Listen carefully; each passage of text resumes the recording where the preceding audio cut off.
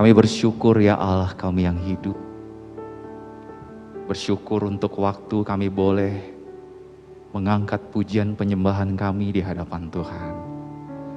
Bersyukur setiap momen yang kami boleh nikmati dan merasakan akan kebaikan dan anugerah Tuhan. Saat kami sedih, saat kami tidak berdaya, hanya Tuhan Yesuslah satu-satunya pribadi yang mengerti akan setiap hati kami. Sebentar kami akan belajar firman Tuhan, dan kami menyadari bahwa kami butuh firman Tuhan untuk terus tuntun hidup kami. Kami manusia yang lemah, kami manusia yang terbatas, kami manusia yang sering kali mengecewakan hati Tuhan. Maka dari itu kami butuh firman Tuhan untuk tetap menuntun hidup kami menjadi pribadi-pribadi yang dapat mengenal Allah dengan benar, sehingga kami dapat menyembah Allah kami dengan benar. Tuhan, berkati untuk pemberitaan firman Tuhan pada pagi hari ini. Kami siap untuk mendengarkan apa yang Tuhan akan katakan bagi kami. Ajar kami sebagai seorang murid, belajar untuk taat dan belajar untuk melakukan kebenaran itu. Terpujilah Engkau Allah kami yang hidup di dalam nama Tuhan Yesus. Amin.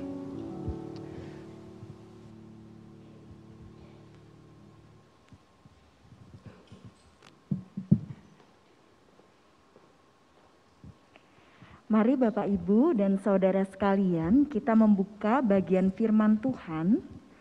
Kita akan membuka dari Injil Markus. Injil Markus pasal yang kelima ayat 1 sampai dengan ayatnya yang ke-9. Kita buka dari Injil Markus pasal 5 ayat 1 sampai dengan ayat yang ke-9. Apabila Bapak, Ibu, dan Saudara sudah mendapatkannya, saya akan bacakan untuk kita semua. LAI memberikan judul, Yesus mengusir roh jahat dari orang Gerasa. Lalu sampailah mereka di seberang danau, di daerah orang Gerasa. Baru saja Yesus turun dari perahu, datanglah seorang yang kerasukan roh jahat dari pekuburan menemui dia. Orang itu diam di sana, dan tidak ada seorang pun lagi yang sanggup mengikatnya, sekalipun dengan rantai, karena sudah sering ia dibelenggu dan dirantai. Tetapi rantainya diputuskannya dan belenggunya dimusnahkannya, sehingga tidak ada seorang pun yang cukup kuat untuk menjinakkannya. Siang malam ia berkeliaran di pekuburan dan di bukit-bukit, sambil berteriak-teriak dan memukuli dirinya dengan batu. Ketika ia melihat Yesus dari jauh, berlarilah ia mendapatkannya lalu menyembahnya. Dan dengan keras dia berteriak, "Apa urusanmu dengan aku, hai Yesus, Anak Allah yang Maha Tinggi? Demi Allah, jangan siksa aku." Karena sebelumnya Yesus mengatakan kepadanya, "Hai engkau roh jahat, keluar dari orang ini." Kemudian ia bertanya kepada orang itu, "Siapa namamu?" Jawabnya, "Namaku Legion, karena kami banyak." Demikianlah firman Tuhan. Ya, sampai sedemikian jauh. Saudara, hari ini kita akan membahas satu topik dan sebuah pertanyaan. Bisakah orang Kristen itu kerasukan setan? Aduh, bisa nggak saudara? Hah? Yang jawab bisa, angkat tangan. Waduh, luar biasa. Yang jawab enggak, angkat tangan. Yang jawab gue tengah-tengah aja deh. Pak, gue datang gue nggak tahu apa-apa Pak, seriusan. Oke, rekan-rekan. Kok rekan-rekan jadinya ya. Jadi grogi saya bahas topik ini seperti itu ya saudara ya. Ada yang jawab iya, ada yang jawab enggak. Oke, baik. Jemaat yang terkasih dalam Tuhan, Sebelum kita membahas dan masuk ke dalam pertanyaan ini, bisakah orang Kristen itu kerasukan setan? Maka saudara, yang perlu kita pelajari bersama-sama, ya, yang perlu kita sama-sama punya satu pemahaman yang sama, ya, nanti akhirnya bisa menjawab pertanyaan, bisa nggak orang Kristen itu kerasukan setan? Nah saudara, banyak kesalahan-kesalahan, ya, kekeliruan, ya, yang sering terjadi ketika kita itu melihat orang yang kerasukan setan plus ngusirnya seperti itu. Kira-kira kesalahan yang seperti apa, saudara? Ya, karena kita melihat kadang-kadang ada ritual-ritual tuh loh Pak, yang melibatkan kayak ada pengolesan pakai minyak, seperti itu ya. Kemudian pakai apa? Pakai salib, seperti itu untuk ngusir. Kemudian ada percikan-percikan air. Nah, selalu digunakan ritual-ritual yang melibatkan ornamen-ornamen tersebut. Kemudian saudara, ada lagi saudara, kesalahan-kesalahan yang keliru saudara, dengan apa? Membaca doa-doa tertentu untuk mengusir. Baca ayat-ayat tertentu untuk apa saudara? Untuk mengusir ya setan. Nah yang paling cilaka lagi yang terakhir, terpengaruh dengan yang namanya film horor ya. Siapa yang suka nonton film horor, angkat tangan jujur. Yang baru-baru ini ada keluar tuh film Indonesia. Siapa yang nonton? Ayo. Hah? Siapa yang baru? Jadi tuh otak sama pemahaman udah kebayang-bayang nih. Gila, oh ya ampun di belakang gua ada ini loh. Bukanya kayak begini. Ih, itu tuh bener-bener ya punya pemahaman yang kayak begitu ya saudara ya. Nah saudara, kadangkala kita terpengaruh dengan yang namanya film-film horor. Apalagi yang lebih sering kalau saudara tahu film-film Conjuring seperti itu ya. Kemudian film Insidious seperti itu ya. Film tuh nonton yang agak yang internasional gitu, jangan yang Indonesia seperti itu ya saudara ya. Oke ya. Indonesia tuh cuman sound effect-nya aja yang bikin kita takut seperti itu ya saudara. Tapi yang internasional juga bikin takut sih. Oke. Ya saudara, kadangkala kita terpengaruh dengan hal-hal seperti itu. Nah maka dari itu saudara, kita harus samakan dulu satu pemahaman. Ya, bahwa kadangkala saudara, jadinya nih orang Kristen itu sering takut dengan yang namanya setan dibanding dengan Tuhan sendiri, seperti itu ya. Apa penyebabnya? Ya mungkin karena tadi sering nonton film horor, pulang otaknya udah di mindset nih, udah di apa namanya, di otaknya itu udah ada bentuk-bentuk apa namanya, gambaran-gambaran setan dan lain sebagainya. Nah saudara yang terkasih dalam Tuhan, kalau misalnya itu benar-benar nampak ya, menampakkan diri tiba-tiba ya mungkin kita secara manusia bisa takut seperti itu ya saudara ya. Tapi bagaimana sebenarnya respon kita ketika itu terjadi? Apa yang harus sebenarnya kita lakukan? Kadangkala iblis itu pakai ornamen-ornamen itu ya. Untuk apa saudara? Untuk mengecohkan saudara sebagai orang Kristen. Dan pada akhirnya kita percaya, itu loh pakai minyak itu bisa keluar setannya.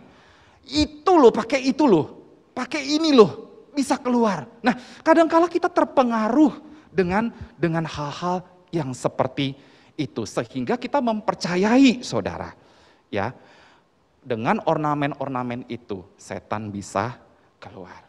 Saudara, jelas sekali iblis itu memakai banyak cara, saudara. Ya, kalau kita ngelihat di dalam Yohanes 8 ayat yang ke-44. Di situ dikatakan iblislah yang menjadi apa saudara? Bapamu, dan kamu ingin melakukan keinginan-keinginan bapamu. Ia adalah pembunuh manusia sejak semula dan tidak hidup dalam apa saudara? Kebenaran. Sebab di dalam dia tidak ada yang namanya kebenaran. Apabila ia berkata dusta, ia berkata atas kehendaknya sendiri. Sebab ia adalah siapa saudara? Pendusta dan bapa segala dusta. Saudara, iblis itu adalah pribadi yang tidak suka dengan yang namanya kebenaran. Ya, dia tidak suka saudara. Dan iblis adalah dikatakan seperti firman Tuhan tadi katakan, dia adalah pendusta. Ya, yang melancarkan terus-menerus segala cara untuk apa? Menipu, memanipulatif manusia sehingga pada akhirnya manusia itu tidak lagi percaya kepada siapa? Kepada Tuhan Yesus yang punya kuasa. Ya kan? Nah, bukankah hal yang sama yang terjadi sebenarnya di dalam konteks bacaan kita tadi? Di daerah Gerasa, orang-orang di sana menolak siapa? Menolak Kristus, benar nggak? Menolak Injil kebenaran Kristus. Kalau saudara baca di dalam Markus 5 ayat yang ke-17, di situ sangat jelas sekali dikatakan lalu mereka mendesak Yesus supaya ia meninggalkan daerah mereka. Itu artinya apa? Ada penolakan terhadap diri pribadi daripada Yesus Kristus. Nah, saudara yang terkasih dalam Tuhan, karena kenapa mereka menolak? Karena Tuhan Yesus membuktikan keilahian dirinya. Ya, dia adalah pribadi, dia adalah Allah yang berkuasa atas roh jahat. Nah, saudara, coba kita lihat, perhatikan bersama-sama. Sebenarnya Tuhan kasih bukti apa sih di konteks dalam kisah di Gerasa itu? Mari kita perhatikan, jangan lihat saya saudara, lihat Alkitabnya seperti itu ya saudara ya. Oke, kita perhatikan sama-sama. Ya, di bagian pertama saudara, kita lihat di dalam ayat yang ketiga sampai dengan ayat yang kelima. Sebelumnya itu, orang yang kerasukan tersebut melihat siapa saudara? Tuhan Yesus, benar ya saudara ya? Ia segera berlari mendapatkannya, lalu menyembah dia. Ia berlutut di hadapannya, betul ya saudara? Jangan lupa saudara, dia datang ini dengan kondisi bahwa dia ini masih kerasukan setan. Seperti itu. Nah, dan Markus saudara memberikan sebuah gambaran. Orang itu diam di sana dan tidak ada seorang pun lagi yang sanggup mengikatnya. Ya, saudara, kata mengikatnya di dalam terjemahan Yunani, bahasa Yunani itu diartikan ya menjinakan. Jadi tidak ada yang bisa jinain. Itu siapa? Orang yang kerasukan setan. Ya, sekalipun dengan rantai, tidak ada yang bisa menjinakannya. Karena sudah sering ia dibelenggu dan dirantai, tetapi rantainya diputuskannya dan dibelenggunya dimusnahkannya sehingga tidak ada seorang pun yang cukup kuat untuk menjinakkannya. Ya, siang malam ia berkeliaran di perkuburan dan di bukit-bukit sambil berteriak dan memukuli dirinya dengan batu. Saudara, dikatakan bahwa tidak ada seorang pun yang sanggup menjinakkan seperti itu saudara. Bahkan dengan rantai, bahkan dengan belenggu aja nggak bisa. Ini ciri-ciri dari orang yang memang kerasukan setan. Setiap kali tangan dan kakinya diikat, rantainya diputuskan, belenggunya dimusnahkan, dan lain sebagainya. Saudara, ini memperlihatkan kepada kita bagaimana ketika dia lihat Tuhan Yesus saja dia udah mulai ketakutan. Ya, betapa besarnya kuasa siapa? Yesus itu. Coba perhatikan ayat yang ke-9 saudara, bagian yang kedua. Saudara, kita melihat di sini ada identitas roh jahat yang dicatat, ya. Pada ayat ini dikatakan apa saudara? Tuhan Yesus menanyakan nama dari orang itu dan ia menjawab namanya siapa saudara? Namaku Legion. Karena kami banyak. Saudara, kalau ngelihat kata legion di situ, itu merupakan istilah militer. Ya, penafsir mengatakan suatu pasukan yang besar yang kurang dari 6.000 prajurit. Dan Tuhan Yesus sedang berhadapan tidak dengan satu setan saudara. Tapi berapa saudara? Penafsir katakan 6.000. Sepasukan setan seperti itu saudara.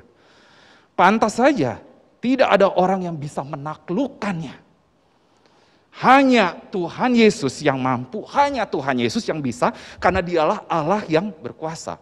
Untuk itu saudara, setan itu tidak memiliki kuasa apapun di hadapan Tuhan Yesus saudara. Seperti legion 6.000 banding 1 saudara. Lari loh dengan Tuhan Yesus. Coba perhatikan di dalam ayat yang ke-10 sampai ayat yang ke-13. Roh jahat itu memohon kepada Yesus untuk jangan mengusir mereka, apa saudara? Keluar dari daerah itu. Mereka tunduk kepada siapa? Kepada Tuhan Yesus. Mereka tidak bisa melakukan apa-apa tanpa seizin Tuhan. Roh tersebut kemudian meminta kepada siapa? Kepada Tuhan Yesus. Suruhlah kami pindah kemana saudara? Ke dalam babi-babi itu. Biarkanlah kami memasukinya. Bagaimana? Tuhan Yesus mengabulkan permohonan mereka. Lalu kemudian roh jahat itu dimasukkan ya ke babi-babi itu kira-kira jumlahnya berapa saudara? 2.000 ekor. Kemudian babi itu terjun ke danau dan mati lemas. Seperti itu. Betul ya saudara ya? Dalam bagian itu. Nah saudara yang terkasih di dalam Tuhan, mungkin ini jadi satu faktor kenapa Tuhan itu tidak diterima saudara. Ya, ini jadi satu faktor kenapa Tuhan itu tidak diterima di Gerasa. Satu mungkin karena faktor orang-orang Farisi yang merasa apa saudara, kehebatannya ditandingin nih sama Tuhan Yesus. Ada yang mampu ngusir setan, ada yang lebih bijak, lebih hikmat. Mungkin itu jadi satu faktor. Untuk orang-orang di lingkungan di daerah itu, mungkin babi ini adalah harta satu-satunya mereka. 2.000 langsung nyemplung semua ke danau, saudara mati seperti itu. Kan kurang ajar nih. Jengkel tuh orang-orang yang ada di sana. Mungkin ini menjadi salah satu faktor kenapa Tuhan itu juga ditolak. Di daerah apa? Di daerah Gerasa pada waktu itu. Tetapi di sisi lain inilah yang menunjukkan keilahian Tuhan, di mana apapun yang Tuhan katakan patuh kepada otoritasnya Tuhan Yesus. Betul ya saudara ya? Lenyap roh-roh jahat itu. Coba perhatikan ayat yang ke-7 saudara. Di situ dikatakan, apa urusanmu dengan aku hai Yesus anak Allah yang maha tinggi. Demi Allah jangan siksa aku. Jelas bagian ini. Pengenalan dan pengakuan roh jahat itu kepada keilahian siapa? Tuhan Yesus. Dan dia menunjukkan sebuah ketakutan. Takut apa saudara? Takut disiksa. Benar ya saudara ya dalam bagian ini. Orang tersebut takut sekali disiksa. Orang yang kerasukan tersebut mengenal Tuhan Yesus, dia mengakui bahwa memang benar Yesus itu adalah Allah yang maha tinggi. Dalam kepercayaan orang-orang Yahudi, saudara pada waktu itu, kata Allah yang maha tinggi, itu sebuah ungkapan penekanan, pengagungan kepada Allah Israel di atas dewa-dewa lain. Tidak ada yang bisa tandingin saudara. Akan kebesaran Allah, berkuasanya Allah. Dengan kata lain ungkapan tadi, di dalam ayat yang ke-7 menyatakan bahwa Yesus itu adalah Allah yang berkuasa melebihi kuasa-kuasa lain termasuk roh jahat. Amin saudara. Aduh, masih ada keraguan dan ketakutan seperti itu saudara. Saudara, maka dari itu orang yang kerasukan setan sangat takut dengan Yesus. Sebab ada perbedaan besar saudara antara Tuhan Yesus dengan setan. Tuhan berkuasa, setan aja 6.000 kalah sama Tuhan. Nah saudara yang terkasih, kalau pertanyaannya tadi, apakah orang Kristen bisa kesurupan?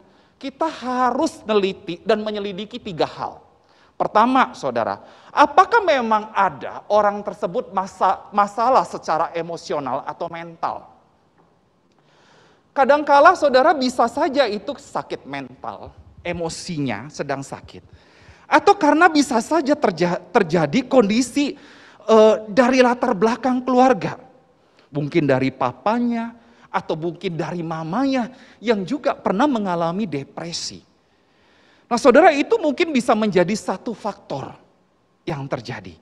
Nah saudara percaya bahwa ketika iblis itu berhadapan dengan nama Yesus, ya, orang tersebut ketakutan. Seperti tadi kisah tadi, Tuhan datang aja dia udah ampun. Betul ya saudara, dari kisah tadi yang kita baca di Markus pasal yang ke-5. Ketika iblis itu berhadapan dengan nama Yesus, orang tersebut langsung ketakutan. Nah, ketika kita melihat orang yang kesurupan dan orang itu berhadapan dengan yang namanya darah Kristus itu sendiri, nama Kristus yang berkuasa, ya, dia itu akan sensitif, saudara. Ya. Dan akan sebegitu marahnya dan membenci bentuk penolakan dengan nama daripada Tuhan Yesus. Tadi kita sudah belajar saudara dari Yohanes pasal yang keberapa? 8 ayat yang ke-4. Mau dia gak suka dengan yang namanya kebenaran. Dia gak suka dengan yang namanya Injil. Dia gak suka dengan yang namanya Yesus itu sendiri. Itu artinya itu penolakan bagi dirinya. Yang kedua saudara harus tahu orang ini orang Kristen yang lahir baru atau tidak. Nah saudara, kalau orang Kristen yang sudah lahir baru, perhatikan. perhatikan benar-benar. Orang yang telah mengenal Kristus, dia mengakui sebagai Tuhan dan Juru Selamat. Orang Kristen tersebut, saudara, disebut juga sebagai pengikut Kristus. Maka saudara, orang Kristen tersebut ya menjadikan Kristus itu sebagai pemilik hidupnya yang sah. Maka dari itu saudara, kalau kita baca di dalam Yohanes 10 ayat 28 sampai dengan ayat yang ke-30. Di situ dikatakan, dan aku memberikan hidup yang kekal kepada mereka, dan mereka pasti tidak akan binasa sampai selama-lamanya. Dan seorang pun apa saudara, tidak akan merebut mereka dari tanganku. Bapakku yang memberikan Bapakku memberikan mereka kepadaku lebih besar daripada siapapun. Dan seorang pun tidak dapat merebut siapa saudara?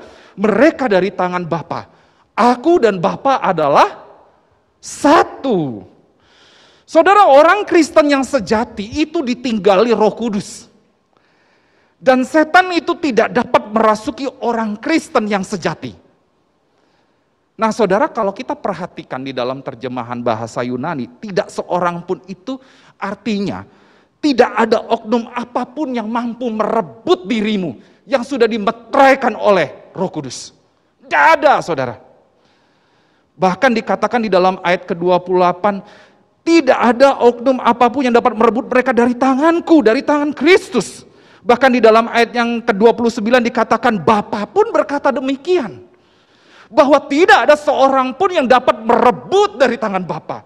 Wih, luar biasa. Udah dimeteraikan dengan Roh Kudus, dipegang lagi dengan Tuhan, diikat lagi dengan Tuhan. Kemudian apalagi saudara, dipegang lagi dengan siapa? Dipegang lagi sama Bapa. Nah saudara yang terkasih di dalam Tuhan, Efesus 1 ayat 13 dikatakan apa di situ saudara? Di dalam Dia kamu juga ketika kamu percaya dimeteraikan dengan Roh Kudus yang dijanjikan itu. Saudara, ini tipikal Kristen sejati. Di dalam diri orang percaya ada Roh Kudus, ingat ya, yang menguasai orang tersebut. Di dalam diri orang percaya ada Roh Kudus yang mengontrol hidup setiap mereka. Maka dari itu jadikanlah Tuhan itu sebagai siapa? Rajamu, Tuhanmu sungguh-sungguh. Maka saudara, orang tersebut tidak mungkin kerasukan. Kalau hidupnya betul-betul lahir baru, hidupnya betul-betul mengimani, percaya kepada Tuhan sebagai Tuhan dan Juru Selamat. Jadi saudara, kalau saya simpulkan bahwa orang Kristen yang lahir baru nih ya, orang yang sungguh-sungguh percaya Yesus, orang tersebut dikuasai oleh Kristus. Orang Kristen yang sungguh-sungguh percaya, lahir baru bukan berbicara hanya tentang identitas dia sebagai orang Kristen, namun memperlihatkan pada akhirnya kehidupannya benar, yang nyata di hadapan siapa? Tuhan. Kemudian membangun sebuah hubungan relasi yang intim dengan Tuhan. Melalui apa? Baca firman Tuhan, melalui doa. Dan pada akhirnya dia bisa menjadi berkat. Bagi siapa? Bagi sesamanya. Nah, apakah mungkin iblis menguasai hidup anak Tuhan yang seperti ini? Tidak mungkin, saudara. Tidak mungkin akan mengalami yang namanya kesurupan. Nah, saudara, yang perlu diselidiki adalah kemungkinan besar dia adalah orang Kristen KTP. Orang Kristen KTP, orang Kristen yang tidak percaya sama Tuhan dengan sungguh-sungguh. Orang Kristen yang setengah-setengah percayanya. Tidak sungguh-sungguh ikut siapa? Ikut Tuhan. Kemungkinan besar orang Kristen KTP, ngomongnya Kristen doang, tapi kelakuannya bukan menjadi pengikut Kristus yang setia. Kemungkinan besar orang tersebut bisa mengalami akan hal itu. Sebab tidak mempunyai apa? Relasi dengan siapa? Dengan Tuhan. Tidak menghidupi Tuhan, saudara. Tidak pernah dekat sama Tuhan. Nah saudara, ketika kita menjawab sebuah pertanyaan, bisakah orang Kristen itu kerasukan setan, 3 hal tadi harus diselidiki, saudara. Apakah ada sakit secara mental, atau dia orang Kristen yang sudah lahir baru, atau malah dia orang Kristen KTP. Ke gereja aja kagak pernah, bangun relasi sama Tuhan juga kagak pernah. Kalau ditanya kamu agamanya apa? Kristen. Ya, padahal kalau kita pahami dengan baik, Kristen adalah pengikut Kristus. Artinya apa? Kita harus serupa seperti Kristus, hidup di dalam Tuhan, berkenan di hadapan. Ya betul saudara. Nah maka dari itu saudara, mungkin saudara bertanya demikian. Lah kok nanti kalau tiba-tiba nih tahu tetangga gua atau teman kantor, tahu-taunya ada kesurupan atau kerasukan. Terus gue harus kayak gimana nih sekarang? Ya bisa aja itu terjadi di kantor gue atau tetangga gue, tiba-tiba teman gue lagi jalan-jalan enak-enak, tau-taunya di dekat pohon, wah langsung mulai lagi kan pemahamannya itu macam-macam. Nah saudara yang terkasih di dalam Tuhan, ketika kita melayani orang yang kerasukan setan, maka perlu dipahami yang pertama adalah kita dulu harus yakin dan percaya Tuhan Yesus sungguh-sungguh. Jalinlah relasi yang intim dengan Tuhan. Ya, baik-baik di dalam doa. Kemudian yang kedua, andelin Tuhan. Ya, minta Tuhan tolong. Saudara, kita itu perlu belas kasihan Tuhan. Ketika kita atau seorang hamba Tuhan melayani pelayanan okultisme, ya, untuk dapat menutup bungkus kita minta Tuhan itu. Ya, untuk untuk menopang kita dengan darah Kristus. Ya, baik untuk keluarga kita, ya. Maka dari itu saudara, ketika pengalaman saya ya mengalami hal seperti ini, biasanya saya minta istri itu doa sampai pelayanan saya selesai. Karena kami minta betul-betul Tuhan tolong, kami mau andelin Tuhan.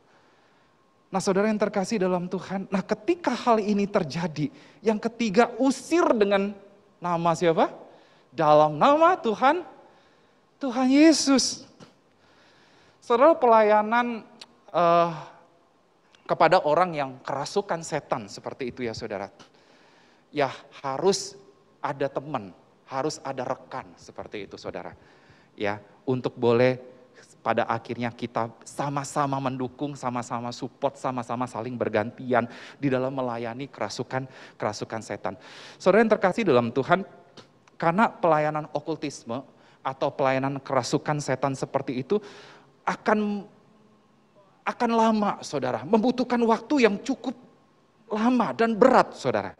Ya, sebab pelayanan kerasukan itu bisa menghabiskan waktu kurang lebih bisa 2, 3, sampai 4 jam seperti itu. Ya, sebab kita nggak tahu ya seberapa dalam mereka itu jatuh ke dalam okultisme. Saudara, selama saya melayani, kurang lebih nih saya melayani 15 tahun sebagai seorang hamba Tuhan. Saya melayani satu orang yang parah banget kerasukan setan. Ya, sisanya secara psikis. Ya, kebanyakan psikis. Ya, mentalnya yang sakit, depresi dan lain sebagainya. Tapi yang satu ini, wah cukup panjang saudara. Saya bersama dengan rekan saya waktu itu, rekan hamba Tuhan. Ya, kenapa panjang saudara? Bukan berarti kuasa Tuhan itu tidak bekerja saudara, selesai hari itu. Melainkan orang tersebut ternyata punya akar lagi saudara, akar masalah. Dan ketika kita tanya, dia pernah menyerahkan dirinya kepada siapa? Kuasa setan, kuasa kegelapan itu. Ya, dia tanam sesuatu di tubuhnya, kemudian dia tanam sesuatu lagi di pekarangan rumahnya, dan dia pegang beberapa ya jimat-jimat yang ada. Nah saudara yang terkasih, demi apa? Demi orang-orang di sekitarnya itu mengasihinya, menghargainya, ya, mencintainya. Akhirnya saudara yang terkasih dalam Tuhan, itu yang bikin kita lama, ya, menyelesaikan semua akar. Dan akhirnya dia cerita semua, dia serahin semua, apa yang ada di dalam dirinya, apa yang ada di dalam perkarangan rumahnya, kita semua cabut, kita bakar pada waktu itu. Selesai. Yang saya katakan, kamu mau lepas dari ini semua? Kalau mau lepas dari ini semua, harus percaya kepada Tuhan Yesus. Sebagai Tuhan yang hidup, Tuhan Juru Selamat yang mengontrol hidupmu, yang memegang hidupmu, dan mengambil alih hidupmu. Kemudian dia lepaskan semua yang ada, seperti tadi yang sudah saya katakan, ya, yang udah melekat di dalam dirinya. Dan dia percaya kepada Kristus. Saudara, itu pengalaman yang cukup panjang dan cukup melelahkan. Ya, ketika melayani orang yang kerasukan setan. Nah, saudara, yang terakhir, saudara, jangan pernah ikut-ikutan cara orang lain ketika saudara melayani. Saudara, ada satu kisah di dalam Perjanjian Baru, ada tuh 7 anak Skewa. Dia itu niru-niru apa yang dilakukan oleh Paulus. Ya, coba kita buka saudara Kisah Para Rasul 19 ayat 13-17. Jadi ini orangnya ngikut-ngikutin nih. Dia tuh lakukan kayak begitu, dia ngikut-ngikut seperti itu. Nah, ini kan gak boleh seperti itu ya. Hati-hati saudara. Coba kita perhatikan bersama saudara. Kisah Rasul 19 ayat 13 sampai ayat 17 saja saudara. Ini salah satu contoh ya saudara. Saudara perhatikan ayat 13, ayat 14, ayat 15, ayat 16, dan ayat 17. Saya akan pelan-pelan lihatnya. Jadi ini kisah 7 anak Skewa yang ternyata saudara dia niru-niru nih, coba-coba cara Paulus. Sehingga pada akhirnya 7 anak Skewa ini apa saudara kayak dibully oleh setan. Ya, ayat ke-13, sebenarnya apa yang terjadi? Aku menyumpahi kamu demi nama Yesus yang diberitakan Paulus. Oke, udah mulai itu ya. Dia ngikut-ngikut caranya Paulus. Ayat 14. Yang melakukannya adalah 7 anak dari seorang imam kepala Yahudi bernama Skewa. Ayat 15. Roh jahat itu berkata, aku kenal Yesus dan Paulus, tetapi siapa kamu? Bingung dia jawabnya saudara. Ya. Ayat 16, apa yang terjadi? Lalu roh jahat itu menerpa dan menggagahi mereka. Mereka di situ siapa? 7 anak Skewa. Sehingga mereka lari dari rumah orang itu dengan apa saudara? Telanjang dan luka. Tuh siapa suruh ikut-ikutan. Ya. Ayat 17 terakhir saudara. Dan hal tersebut diketahui oleh seluruh penduduk mana saudara? Efesus. Malu enggak saudara? Artinya apa? Saudara, ini adalah peperangan Tuhan dengan siapa? Iblis. Melalui perantara kita orang percaya. Bukan caranya saudara. Tetapi nama Tuhan Yesus yang berkuasa. Bukan pendetanya yang pinter ya ngusir setan. Bukan hamba Tuhannya yang pinter ngusir setan. Tapi sebenarnya kita orang percaya yang sungguh-sungguh tuh mampu melakukan itu. Karena apa saudara? Saudara itu sudah dimeteraikan dengan Roh Kudus dan kuasa itu jauh lebih besar dari apapun. Maka dari itu saudara yang terkasih di dalam Tuhan, sekali lagi bukan masalah hamba Tuhannya, bukan masalah pendetanya yang hebat mengusir setan, melainkan Roh Kudus, nama Kristus itu sendiri. Saudara, hamba Tuhan pendeta itu tidak boleh sebenarnya memegahkan diri. Akhirnya jadi sombong. Ya, pakai label pendeta, pakai label hamba Tuhan, padahal yang berkuasa di dalamnya itu adalah siapa saudara?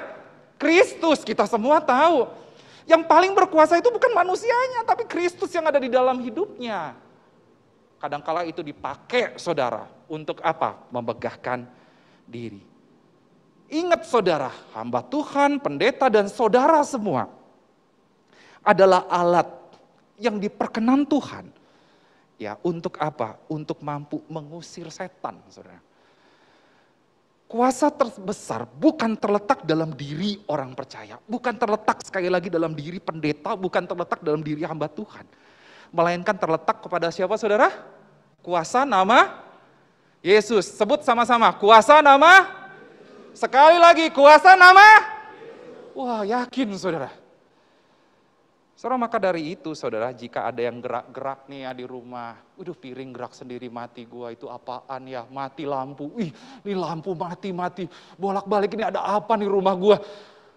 Benar saudara ya, tuh gerak-gerak nih. Itu kenapa gerak-gerak tuh barang ya, ada apa? Saudara jangan ngomong kayak begini.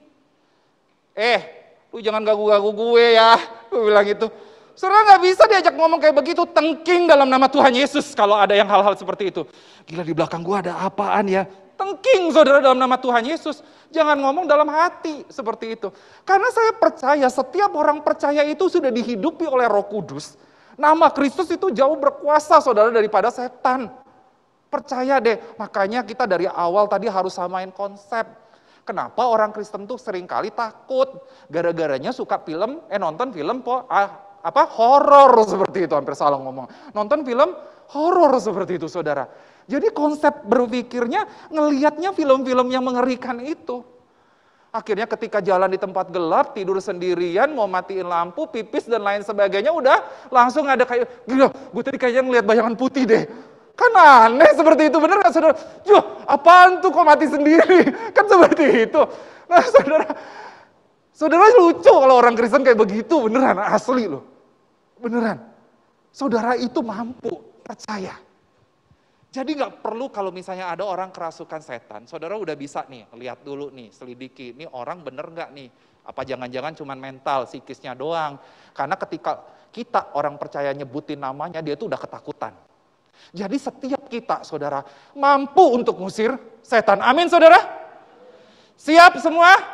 Angkat tangan yang siap. Gak berani semua. Angkat tangan yang siap. Gak mau saya, belum semua ya. Oke, saudara, saya yakin, ya saya percaya, kita harus belajar untuk mengimani, ya, bahwa kuasa setan itu mampu, saudara. Saudara tengking di dalam nama Tuhan Yesus. Usir betul-betul. Ya.